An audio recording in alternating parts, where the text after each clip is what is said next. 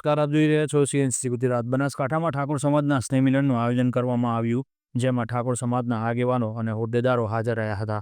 જેમાં અલ્પેશ ઠાકોર પણ વિશેષ હાજર રહ્યા હતા અને ઠાકોર સમાજમાં શું બદલાવની જરૂર છે તે માટેની ચર્ચા કરી હતી. ઠાકોર સમાજમાં આજે શિક્ષણની પણ જરૂરિયાત છે તેવું અલ્પેશ ઠાકોરે જણાવ્યું હતું અને સમાજમાં લગતી શૈક્ષણિક કાર્યને વધારે ભાર આપો તેવી સમાજને વિનંતી કરી હતી. સાથે જ બનાસકાંઠામાં શૈક્ષણિક કાર્યોમાં વધુ ગતિશીલ અને સારી કામગીરી કરવા માટે પણ વધુ પ્રેરણા આપી હતી. અને સાથે જ રાજનૈતિક રીતે પણ સમાજમાં નવા યુવા પેઢી રાજનીતિમાં આગળ વધે તેવી પણ તેમને વિચારધારા રજૂ કરી હતી. તેમણે વધુમાં જણાવ્યું હતું કે આજનો યુવા રાજનીતિમાં એવું કાર્ય કરે છે, તેમને રાજનીતિમાં પણ સારું એવું કાર્ય કરે છે કે તેમને પણ નજરઅંદાજ ન કરવામાં આવે. એવામાં આમાં સ્વરૂપજી ઠાકોર પણ હાજર રહ્યા હતા અને સમાજમાં સારા કાર્ય કરવા માટે વધુ પ્રેરણા સ્ત્રોત બન્યા હતા. વધુ વિગત આપણે ચંદનજી ઠાકોર પાસેથી મેળવીએ. અંદર સ્નેહ મિલન કાર્યક્રમ હતો. સમાજની જગ્યા જે રાખવામાં આવી છે એના માટેની વાત હતી ને. બનાસકાંઠા જિલ્લામાં એ 3 થી 4 જગ્યાઓ રાખીને શૈક્ષણિક ભવનો બનાવવા માટેની વિચારની વાત છે. આજે અહીંયા આટલું સરસ આયોજન થયું છે એટલે આવનારા સમયમાં અમારી કલ્પના છે કે શિક્ષણનું ખૂબ મોટું કાર્ય અહીંયા બનાસકાંઠા જિલ્લામાં થાય ને એના માટે સારા ભવનો બીજા નવા બને એના માટેનો અમે પ્રયત્ન કરીએ છીએ.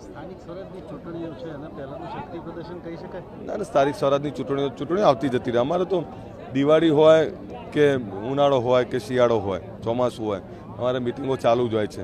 એટલે હજુ પણ મિટિંગો બનાસકાંઠામાં ચાલુ છે. અત્યારે 3 વાગે મારી કડીમાં છે. એટલે અમારું સંગઠનની નિરંતર મિટિંગો ચાલુ હોય છે. શક્તિ પ્રદર્શન નહીં પણ રાજનીતિમાં આ યુવાનોને પણ નજરઅંદાજ ના કરી શકાય એ પ્રકારનું આ લોકો કામ કરતા હોય છે.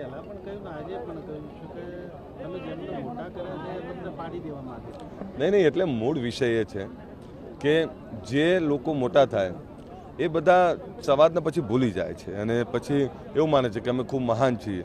એવું ના હોય. દરેક સમાજથી ઉજળો હોય, દરેક સંગઠનથી ઉજળો હોય. આજે હું ભલે ગમે ત્યાં હોઉં, પરંતુ આ સંગઠનના યુવાનોના કારણે હું છું. એમણે મને ખૂબ મોટો કર્યો છે અને એ જ્યારે એમના માટે કંઈક કામ કરવાનું આવે ત્યારે હોંશથી કામ કરવું જોઈએ. ગુજરાત ક્ષત્રિય ઠાકોર સેના પાલનપુર તાલુકો અને વડગામ તાલુકો દ્વારા આજે સત્કાર સમારંભનું સંમેલન રાખવામાં આવ્યું હતું.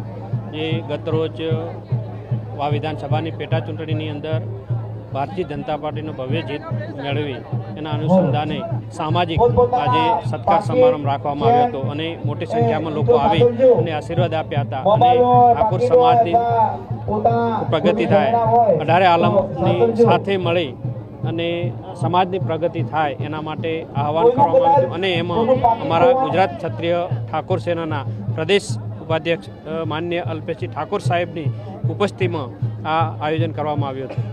આગામી સ્થાનિક સ્વરાજની ચૂંટણીઓ પણ હવે આવી રહી છે. કેવા પ્રકારની તૈયારી? હા, સ્વરાજની ચૂંટણીઓ આવી રહી છે.